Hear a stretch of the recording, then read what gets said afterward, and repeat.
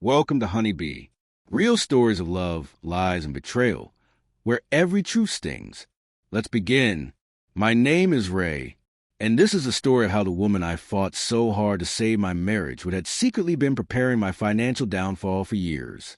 The thing about being married for a long time is that you start excusing behaviors that would have been red flags in any other relationship. When Francesca began rolling her eyes more frequently, I told myself that was just what happens when you've been together since your early 20s.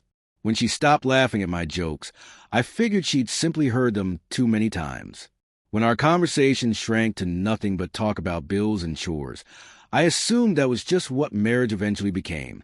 We first met when I was 24 and working my way up an insurance claims investigation, while she was 22, managing a small boutique. Francesca was witty, bold, and full of opinions about everything. I was immediately drawn to her confidence and the way she could make even boring situations feel fun. After dating for 8 months, we married the following year. Looking back, maybe we rushed things, but we were young and hopeful. The first few years really were good. We lived in a small downtown apartment, split cooking duties, and spent weekends with friends and family, talking constantly about our future. Things shifted about 4 years in, when we started trying for children. Francesca got pregnant 3 times, each ending in heartbreak. 2 early miscarriages shook us, but the stillbirth that followed nearly broke us. We'd made it to 7 months, had the nursery ready, chosen names, and told our families. Walking back into that empty room changed something deep inside both of us. Francesca pulled away emotionally after each loss, and I didn't know how to reach her. We tried counseling briefly, but she refused to continue after a few sessions. I suggested adoption, but she wasn't ready to consider it. Children became a forbidden topic, taking with it many of the dreams we'd shared. We thought about trying again, but after the 3rd miscarriage, Francesca seemed to shut a part of herself off completely. She buried herself in work, taking on extra shifts at the department store, while I threw myself into my own career, eventually working mostly from home. We were both professionally successful, but personally becoming strangers. After about 8 years of marriage, our communication had withered into pure logistics. Francesca would come home tired, head straight to the bedroom with her phone, and shut the door. I'd make dinner, eat alone while watching TV, and we'd go to bed at different times. Whenever I tried to initiate intimacy, she'd claim exhaustion or stress. I told myself grief affects everyone differently, that marriages go through rough patches. What I didn't realize was that Francesca had already checked out emotionally and was planning her exit. While I was blaming myself and trying to be a better husband, she was building a separate life without me. The changes came so gradually that I convinced myself they were normal. She started caring about her appearance again, which I first saw as a good sign. She bought new clothes, went to the gym regularly, and wore makeup to work every day. When I complimented her, she brushed it off, saying she just wanted to look professional. She also became increasingly critical of our home. We'd been renting the same 3-bedroom townhouse, which was more than enough for the 2 of us, but suddenly she found everything inadequate.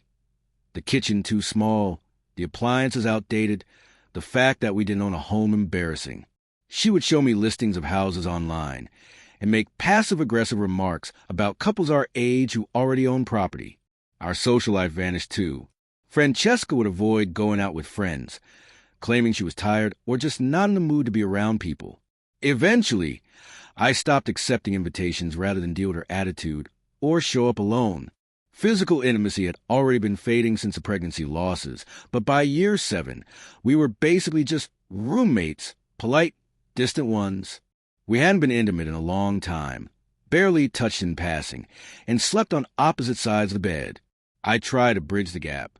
I planned romantic dinners, suggested weekend trips, and tried to have serious conversations about our relationship. Francesca reacted with indifference or irritation.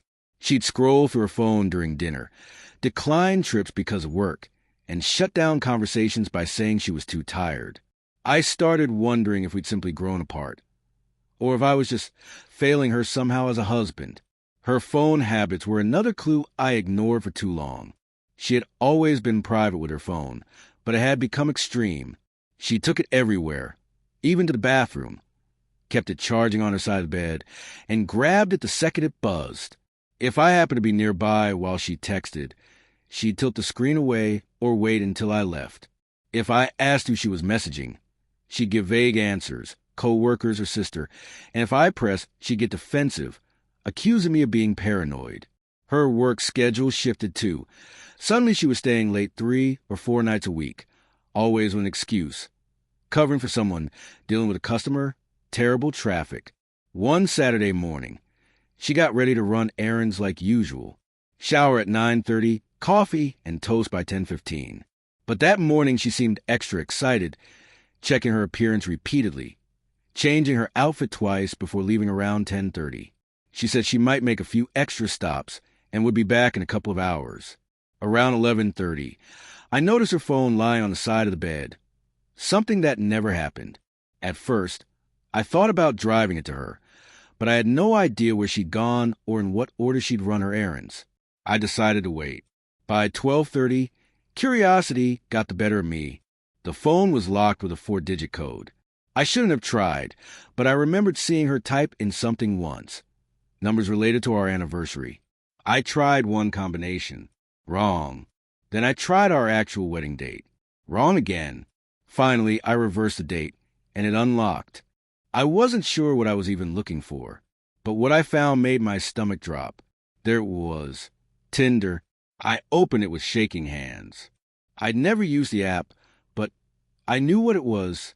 Francesca had a full profile, with pictures I'd never seen her take. She looked vibrant, glowing, and alive, more than she had at home in years. Her bio said she was recently separated and looking for genuine connections with mature men. She had multiple active matches and ongoing conversations, some from that very morning. I scrolled through message after message, each more flirtatious and intimate than anything we'd shared in years. One man in particular stood out. He was 41, divorced, and had been messaging Francesca daily for months. Their chats had evolved from casual flirting to deep, intimate conversations.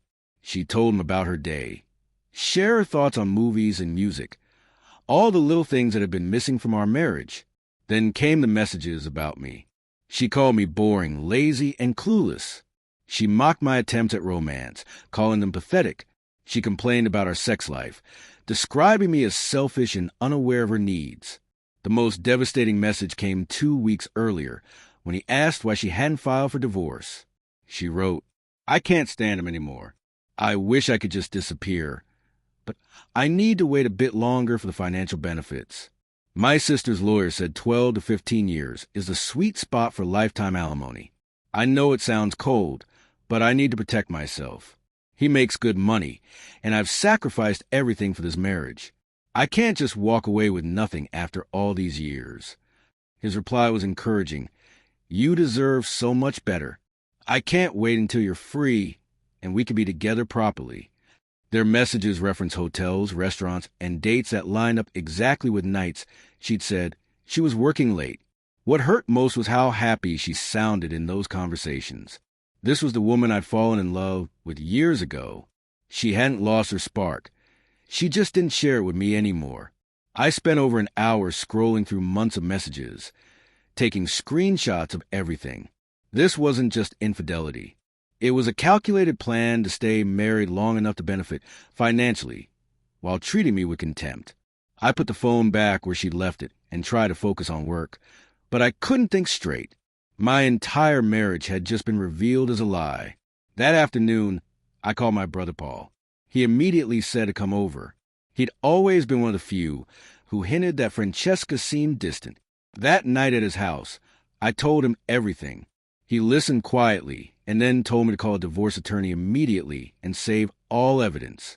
The next morning, I called a recommended family law attorney, explained the situation, and scheduled a meeting.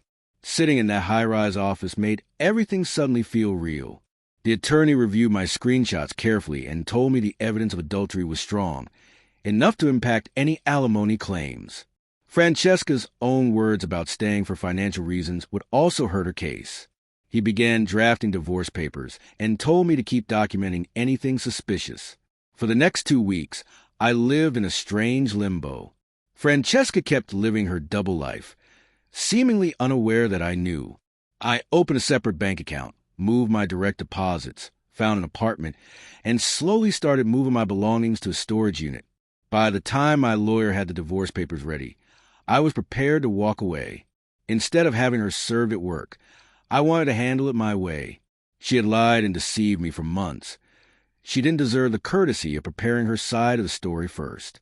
The morning after I got the papers, I called in sick, packed my final things, left the signed papers and house key on the kitchen table, and wrote a short note. I know everything. I know about the affair and your plan to stay married for alimony. I'm done. Contact my attorney if you need anything. That night, Francesca called me repeatedly, angry at first, then desperate. I ignored every call. There was nothing left to say. She eventually hired an aggressive divorce attorney who demanded spousal support, half our savings, and part of my retirement funds. But the evidence my lawyer had was undeniable. Messages, photos, dates, everything. The judge rejected her claim for lifetime alimony and sided with us on most major issues. Francesca still got a significant settlement, but far less than what she'd expected. Friends later told me she called me vindictive and cruel, but her own messages had sealed her fate. Not me. Almost exactly 1 year after discovering her double life, the divorce was finalized. Looking back, I can see now that Francesca and I had probably been wrong for each other from the beginning, and that our losses only made it easier to avoid dealing with our real issues. What still stings isn't the affair itself, but the cold calculation behind staying just long enough to profit from leaving me. If she had just told me she was done, it would have hurt, but it would have been honest. Finding her phone that morning was painful, but it freed me. Without that discovery, I might still be here, desperately trying to save a marriage that was already dead, while she waited for the right moment to destroy me financially. Sometimes, the hardest truth is also the one that sets you free.